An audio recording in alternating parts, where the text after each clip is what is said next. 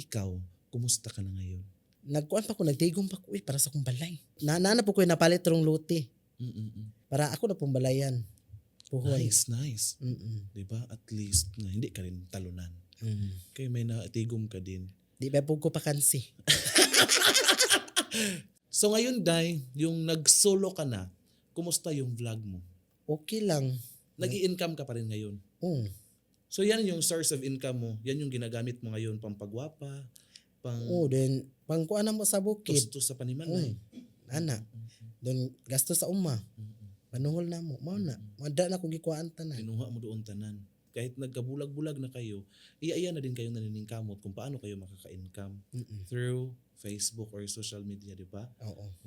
Yes, yung mga followers nyo ngayon, hindi na kayo pinag-aaway. Like, wala nang mga nag-comment na, wala na aron, sana bumalik ka na lang doon. Ganun, wala na. Sa ako Sana bumalik ka na lang doon. Day ka nang balik na ka dito. Balik ba kay mingaon sila nako.